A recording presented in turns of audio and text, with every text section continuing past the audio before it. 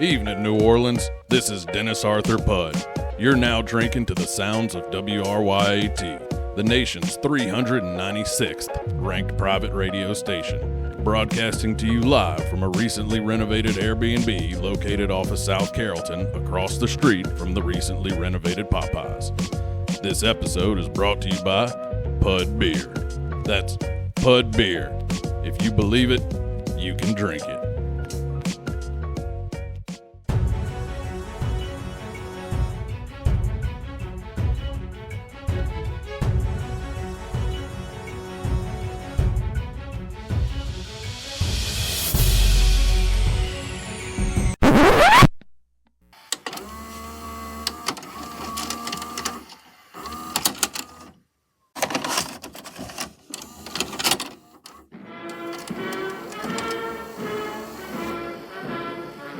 All rise for 2 tablespoons of raw truth and free-range liberty.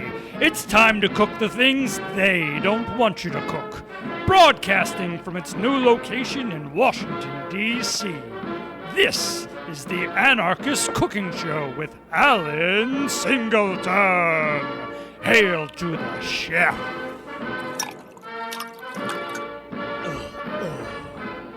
Oh, welcome back there, folks. Alan Singleton here, still broadcasting from our nation's capital, and no longer in the Branch Davidian soup kitchen / Vince Foster Memorial Recording Studio. If you haven't listened to my show for the past year, I now have a job in the current presidential administration as the head of my own special department, the Alan Singleton Station for Health, Operations, Labor, and Energy, or the ASSHOLE for short, or the ASS Hole for shorter. How you like that, huh?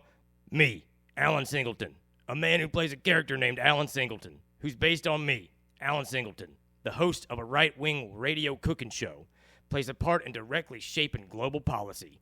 Can't say I ever expected it, or even really desired it, but that doesn't matter, because we're in the shit now thanks to you. You stupid motherfuckers who hate everyone who's ever read a fucking book without pictures in it.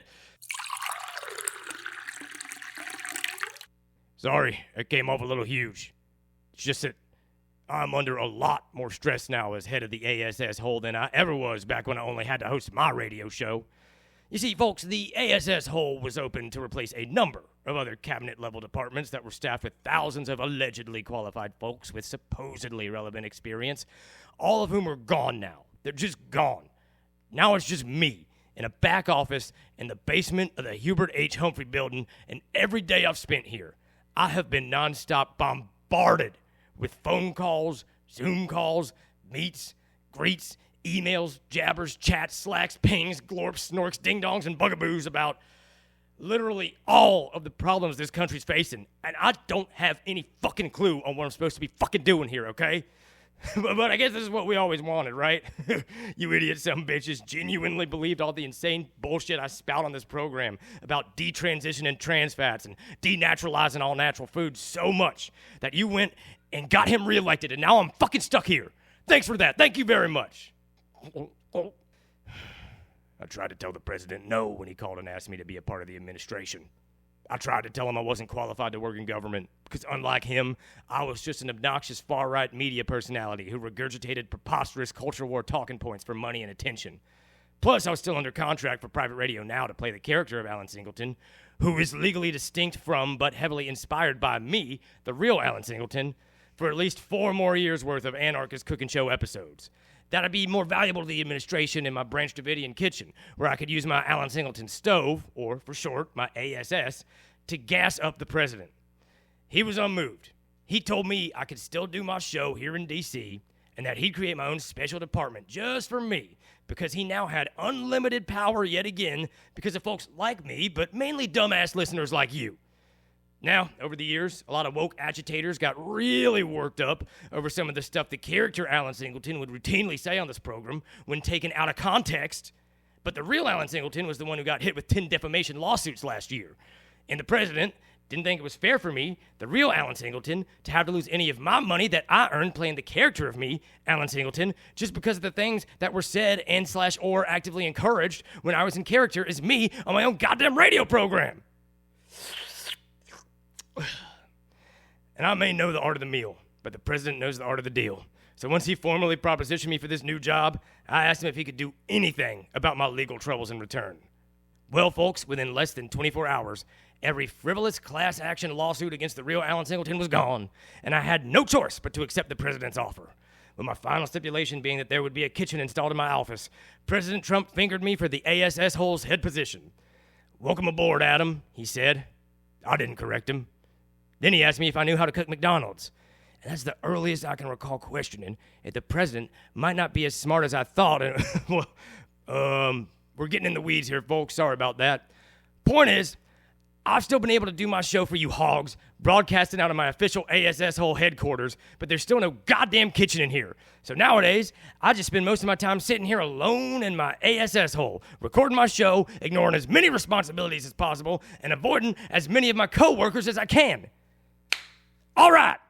Now that we're all caught up, I can finally tell you that we're going to be making one of my all-time favorite dishes on the show today. Whiskey. On the rocks, just like my life. Oh, nothing douses the pain like pain. Oh, God. You know something, folks? We're going to take a quick break. And I'll show you how to make whiskey when we get back. I'm feeling an Alan Singleton spew coming on. You know, straight ASS from mouth, if you catch my drift. I'll see you in a few. You heard the man. We'll be checking back in with Alan and his ASS hole momentarily, so don't touch that dial. We'll know if you do. Hail to the chef.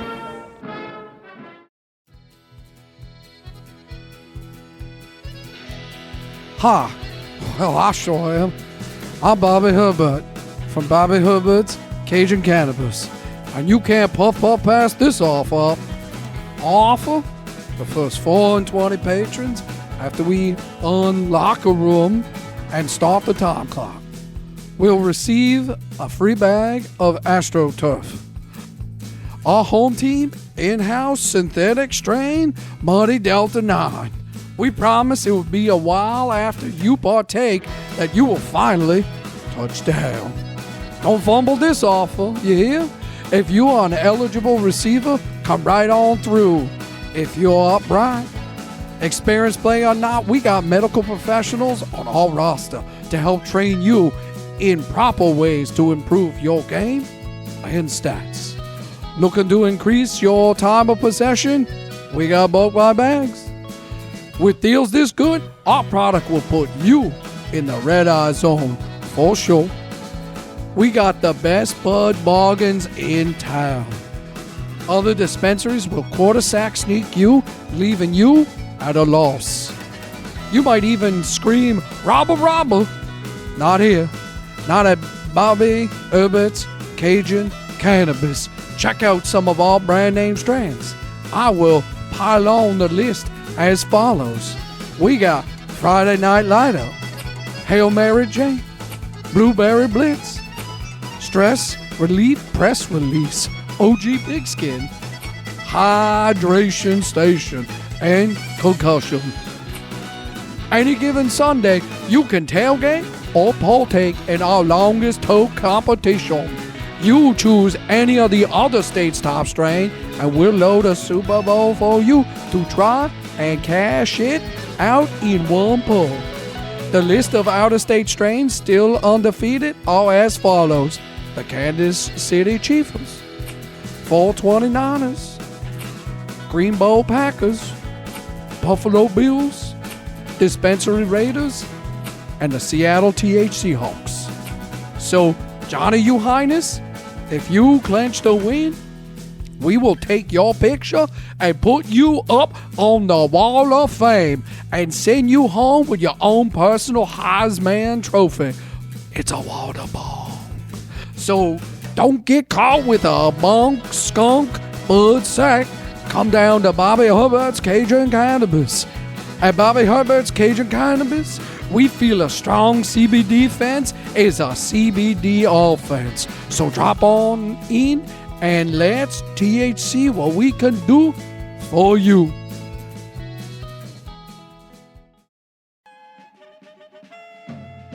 Times changes. But there's one place that everyone in Chalmette turns to when they got some money. So turn your face past the Irish Bayou Castle and feel a touch of warmth where the sun says to you, drive past the part of the lake that smells like dead fish and come sit at the Cracker Barrel and let me toast your bones until the restlessness of the parish disappears and all the abuse of trying to drive anywhere in New Orleans melts away and you feel like you can finally go eat at a restaurant without some hipster kid on rollerblades skating past you. Slidell. And now a haiku. When you made some refinery money and your old lady left with the kids, at first you buy some Bud Light, but then you need a drag. That's when you know you need it. That's when you want some food. You set it every year, your boys call you out, and later on you wonder why you put it off for years. That's when you know you need it. And you know you need the Dell. You need the sunshine, weed guys, flood zones, and that firework gorilla. You need the sunshine, we got flood zones, and that firework gorilla. We need it bad. Slidell's got it good. We got 2 hospitals. Drink up like a fool. Come on over to Slidell. You can blow up shit year round. North Shore proud, North Shore grand. St. Tammany Travel Commission. We pause our current programming to remind you that you're listening to WRYAT, New Orleans' 396th ranked private radio station, presented by the Private Radio Network. This episode is brought to you by PUDD Beer. Just buy some. You don't even have to drink them.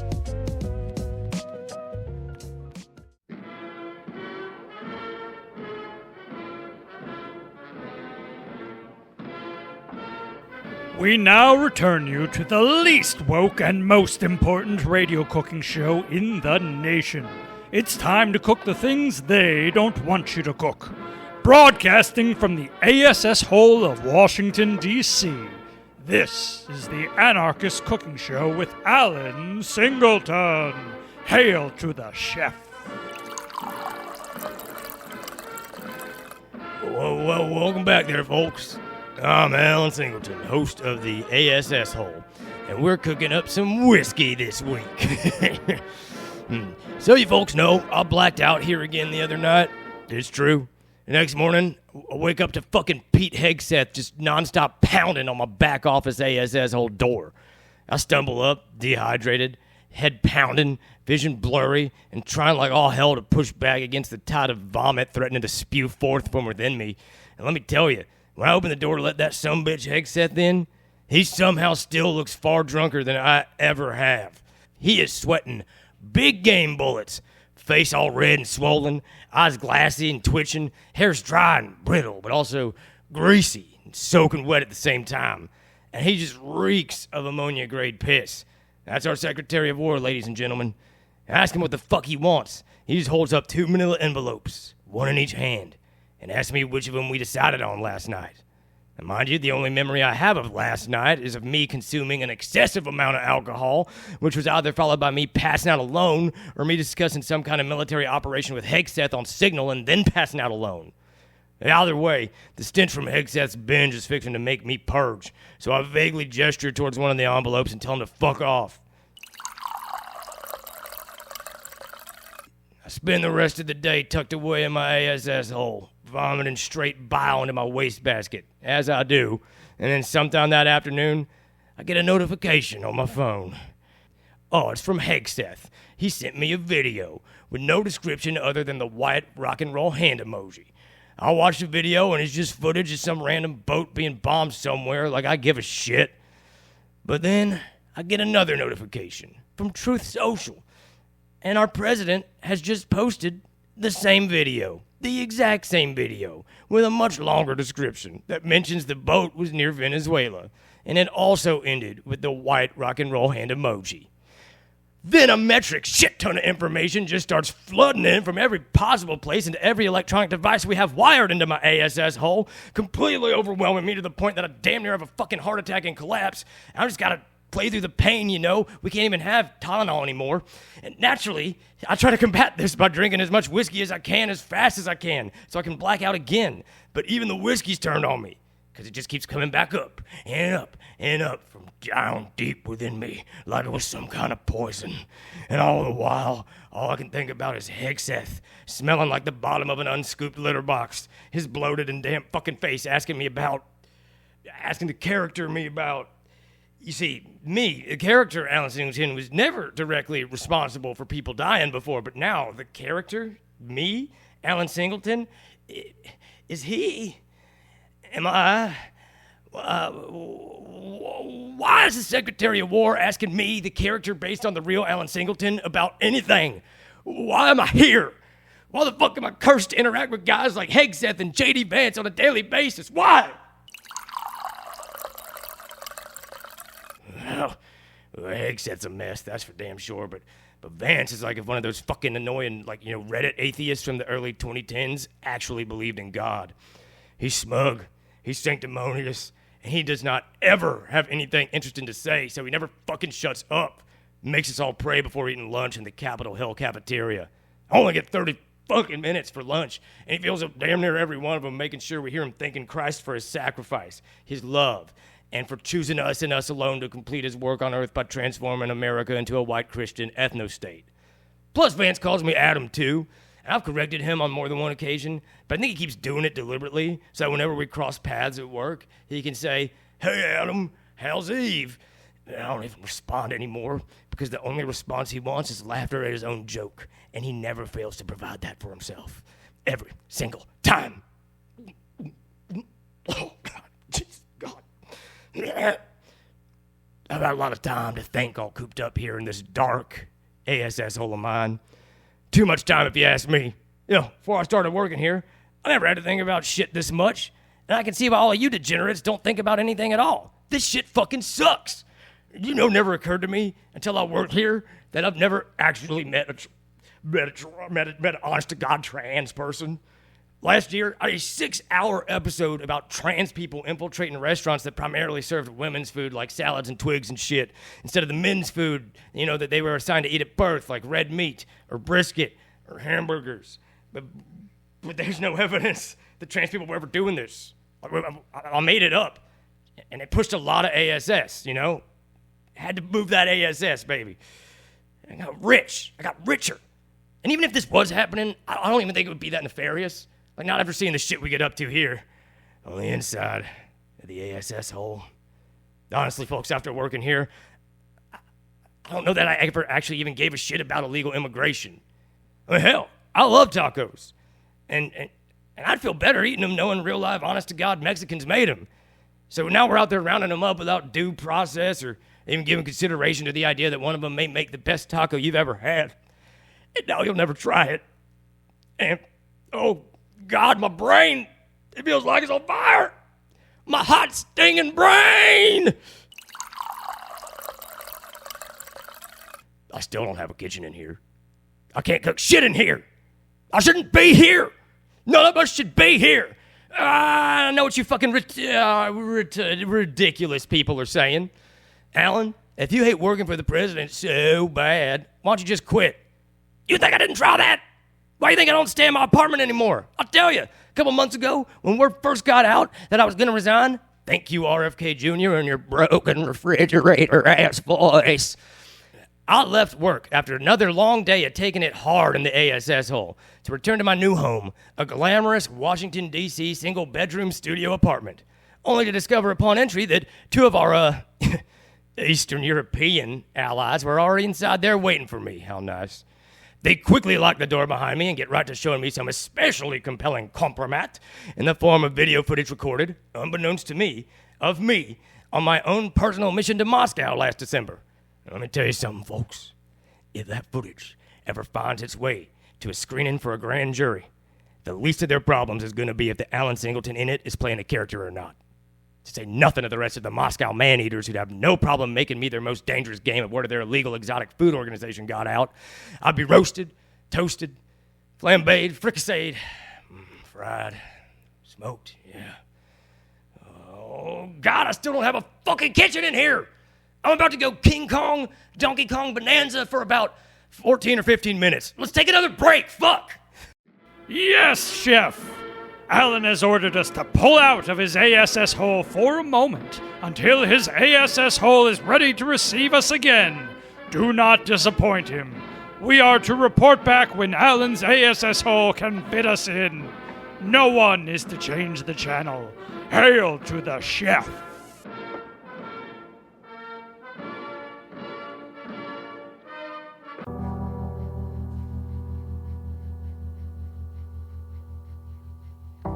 Hi, I grew up in St. Bernard.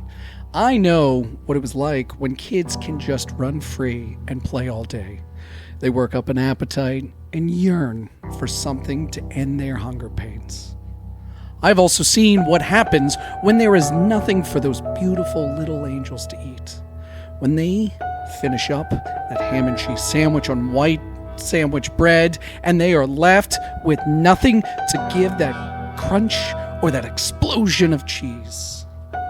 I've made up my mind to make it that way again.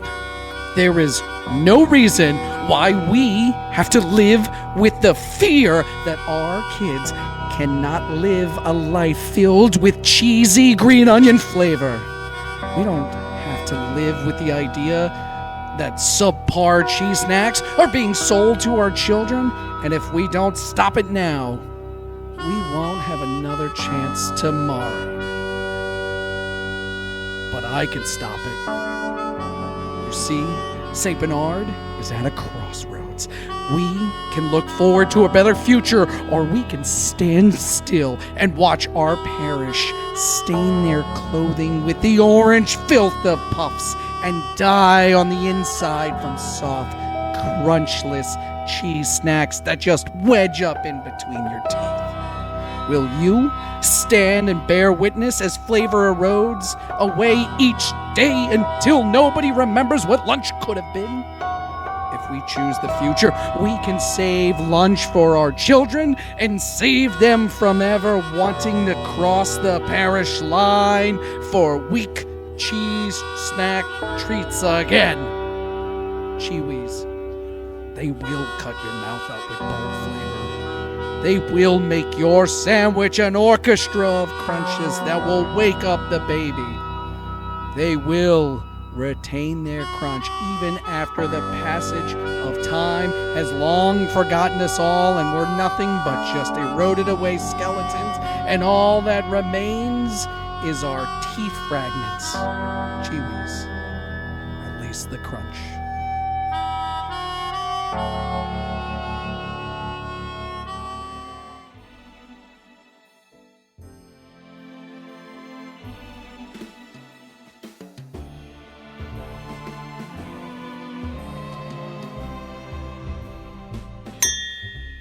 Hello, lady listeners. My name's Holly. And this is your girl, Amber. And you're listening to the first and only radio show recorded at Real Brunches by two women of means who are obsessed with true crime. We drunk. We sure are. And we're drunk too. So let's start brunching and get to gabbing about all things true crime. This is True Crime Brunch, bitches. What is up, lady persons of interest? Amber and I are coming to you live from the International Criminal Court in the Netherlands, baby. Are you stealing my claps now? Doesn't matter. Tell them where we are specifically in case they can't put it together for themselves, Holly. We're shit as fuck dick wasted, and we are at the International Criminal Court Cafe in The Hague, motherfucker. Ooh, it's actually pronounced Hague, but yes, we're at the ICCC in the ICC at The Hague.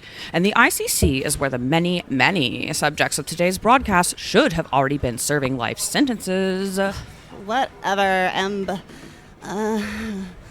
Amber, whatever, douchebag. You've gotten way more somber and reflective since you cut back on drinking, and I've only gotten way more cooler and drunker since I cut back on cutting back on drinking. So, do the math, bitch. I'm drunk. That's great, Holly. And thank you for bringing that up, because it's important for me to take accountability for who I've been and what I've done if I'm ever going to be able to live with myself going forward. A crisis of consciousness seldom shared by any of the hateful monsters who should rightfully be detained here. Well, the haters gonna hate. And I just wanna stop the shakes. And I shake 'em off. Whoa! Ironically enough, the lyrics to that song, even when misremembered and paraphrased, do align with the second Bush administration's attitude towards any criticism of the Iraq War. More like Iraq snore. Okay, well, My ex John brought his new Garfield. She's like, Odie, my dog, but I'm just gonna. Are you done?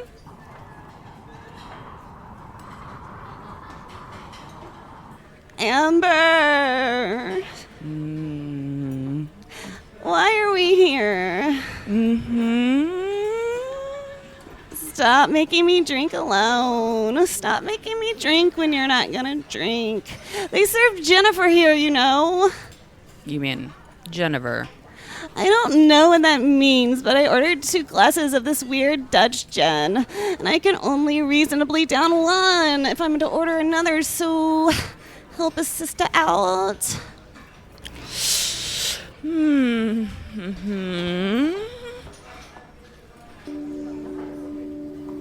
Come on, I'm sober.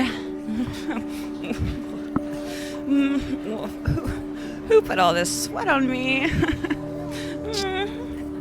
Just taste it.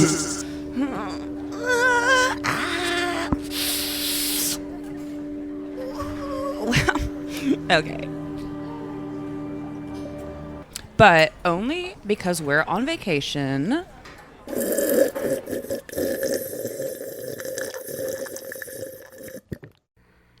We're not on vacation. We're doing an episode of our show at the Hog.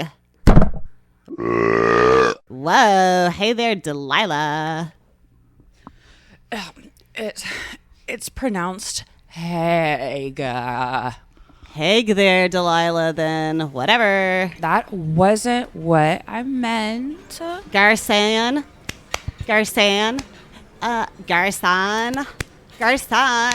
We need another round of Jennifers over here for these 2 hog hoes. Pronto, garçon.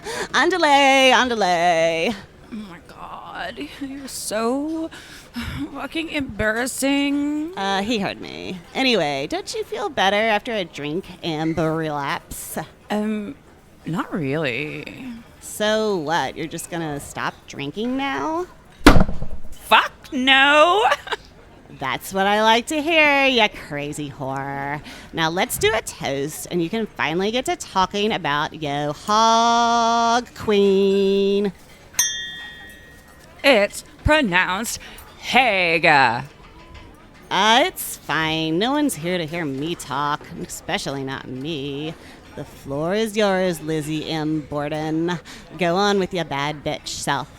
Well, see, when you're trying to take a full moral inventory of your bad bitch self, of your bad bitch mistakes, and your bad bitch feelings, thoughts, and actions. Yeah, it's called Step 4. Get with the program, Amberholics Anonymous.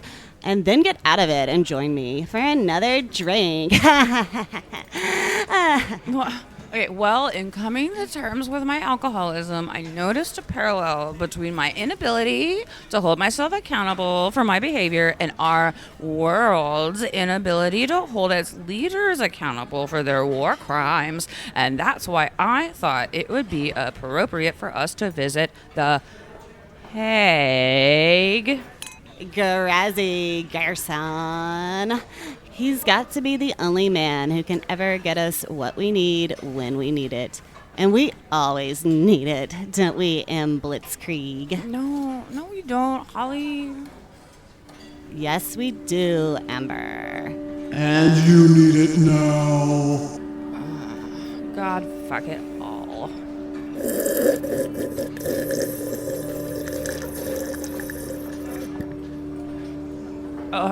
God.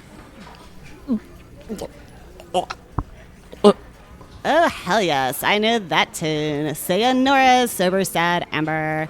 How's it feel to be your jolly old drunk self again, you fucking dumb guy? Well, you heard the bitch, my true crime troubadours. Amber is Am back, and Am blitzed scared the motherfucking hog with my hog ass bitch ass boss hog Holly. Well, the player's gonna shock. And today, we're gonna talk about the litany of true crime war criminals who we think deserve to be all up in Hague. Is that better? Is that what you want to hear? What, about war crimes? I mean, they're not the most salacious true crime topic out there right now, but I can barely keep track of the true crimes we've already covered on this show as it is. I know, Holly, because we're always drunk when we record the show. We sure are. I'll cheers to that. Okay, but see, that's the problem I've been having. We spend a lot of our time being drunk. Holly. We sure do. I'll cheers to that. But we get so drunk that I can't remember what we said or what we did on our show, and I don't want to listen to it when I'm sober out of fear of being, like, embarrassed and ashamed. And then when the time comes for us to record another episode, I have to get drunk again just to get through it. I can barely create any new memories because I'm too drunk to ever remember anything. And the only thing I can remember is how displeased I am with just myself. But wanting to stop drinking has only made me drink more. Does that make any sense to you? Yes, it does, Albert Einstein. Really? Yes, you said drink more. And I've got good news, Amberetto. While you were going on and on about your bullshit, I had our manservant bring us a whole bottle of Jennifer. So take this and don't call me in the morning. I'll be hungover. Here's to forgetting more than we'll ever know. To forgetting tomorrow today. You know, it's funny how we tell ourselves history will remember when abjectly amoral powers force us to endure crimes of great injustice. But Netanyahu will never serve time in The Hague for what he's done, and neither will Putin or anyone from either Bush administration, not even the Zodiac killer, who very well could have been a war criminal for all we know. Ugh. I wouldn't be surprised. I get real Gemini vibes from the Zodiac killer, you know? I mean, who among us, though? Still, the crimes those very real people who were definitely real committed were all very real and also very serious, or so we say, yet they've never faced any real consequences for what they've done. Is it because we forgot about them?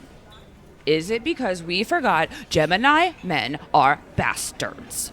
If a crime is committed and no one is around to remember it, is it even true? Remembering shit's overrated anyway, Amnesia. History was one of my worst subjects in school, and I'm not ashamed to say it. Most of it took place before I was born anyway, so it's like I wasn't even there when any of this so-called history allegedly happened. So how can I be expected to ever remember anything that didn't happen to me?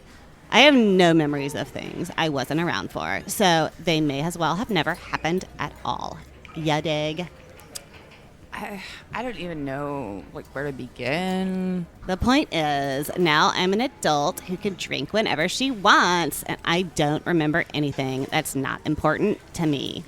Joke's on you, history. Suck that tiger dick, bitch.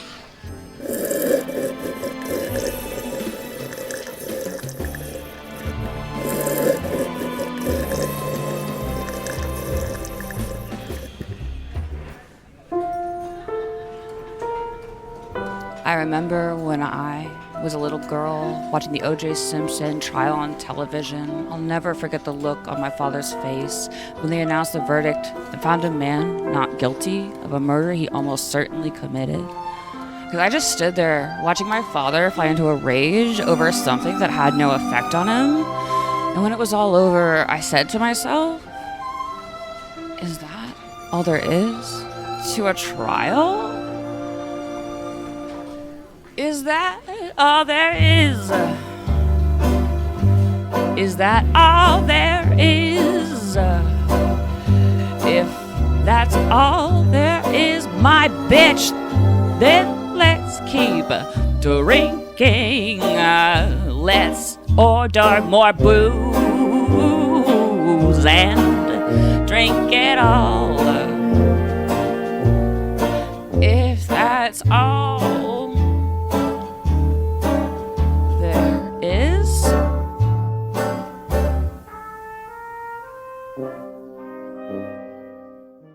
That's all there is.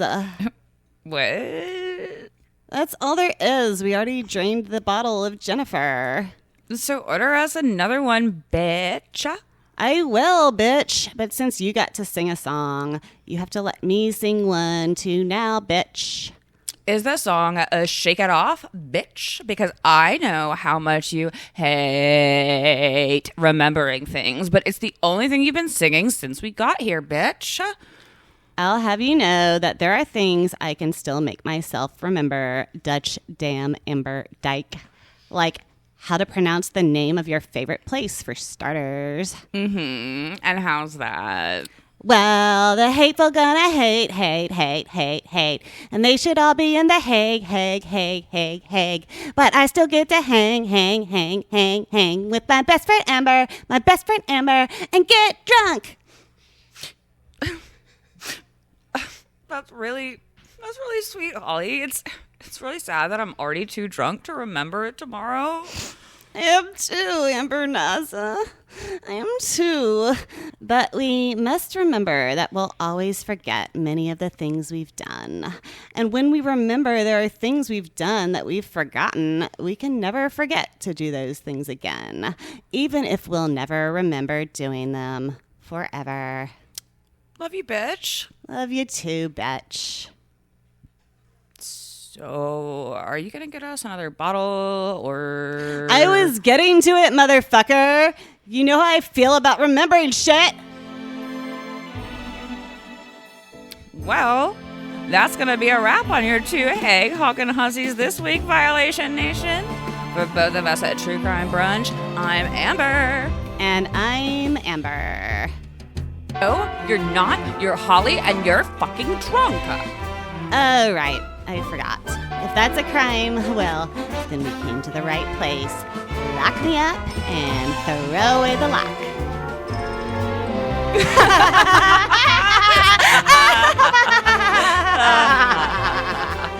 Turn up.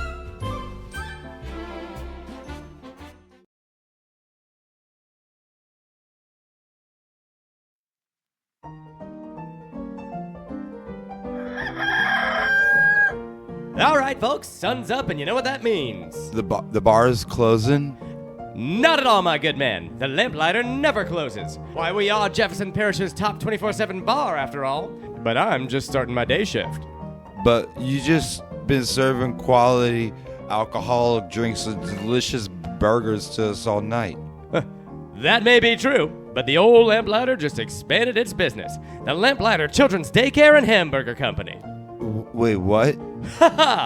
Well, you see, our hamburgers are the juiciest in the city. We use the freshest ground beef, and the children of this community have the right-sized hands for the job. So in addition to watching children all day, Lamplighter teaches them the fundamentals of running a restaurant? Well, why play restaurant when you can do it for real? Lamplighter has operated here in Jefferson Parish for over 40 years, and with an uptick of people not wanting remedial work, big thanks to those Democrats, I tell you, we had to turn to the foundation of the neighborhood and allow their tiny hands and feet to hold us up in this economic downturn. Their parents don't want to work or watch their kids, and we want to continue delivering hamburgers to you, our loyal customers. Why sacrifice great taste when we can get the youth of today to make the burgers of later on today, and also tomorrow? Well, hot dog! We'll serve hot dogs! Only beer, booze, and burgers. Because at Lamplighter, our burgers are juicy, our booze are over-poured, our women are feisty, and our men are never bored. Our hamburgers are made to order by two kids on each other's shoulder. At Lamplighter, we never close our doors, 'cause someone has to pour you a course. So bring your child down to Lamplighter Children Daycare and Hamburger Company and invest in their future, and also your lunch.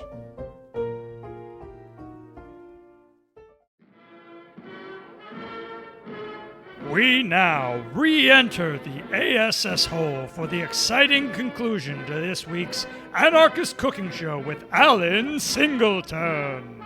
It's once again time to cook the things they still don't want you to cook. Hail to the chef!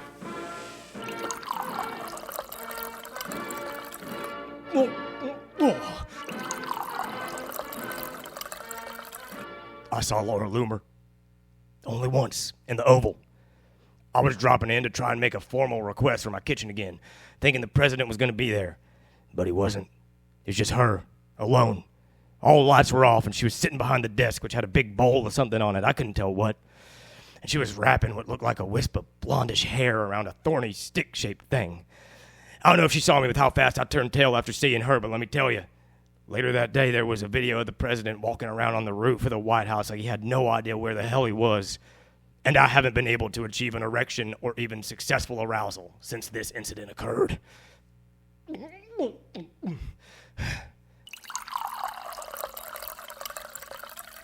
Oh, no. Oh, fuck, no!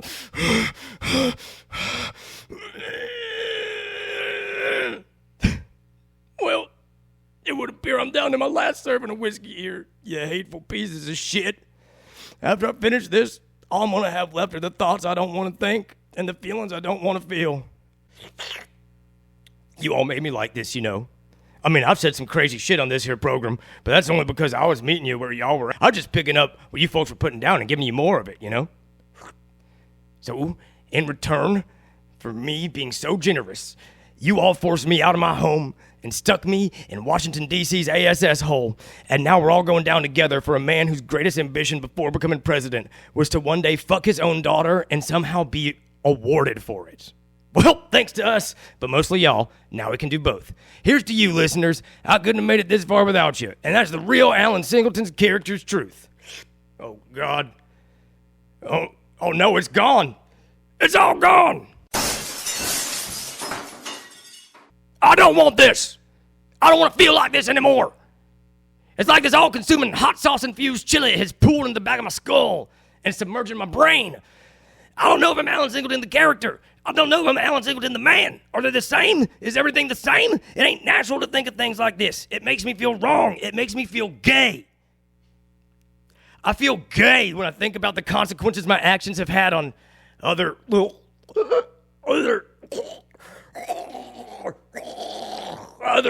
Oh, God, where's that wastebasket?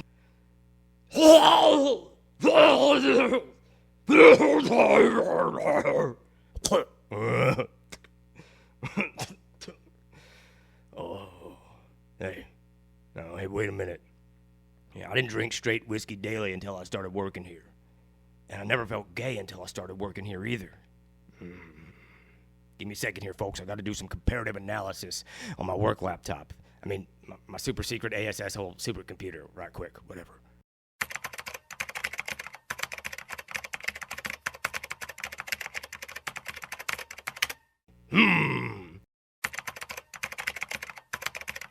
I see. My God.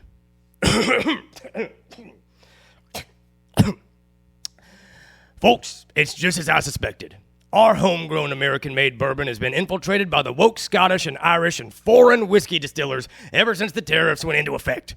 They're sneaking in here and putting congeners and chemicals in our whiskey to turn us all gay. Oh, I should have known, and I'm sorry for ever doubting you loyal ASS hole fuckers.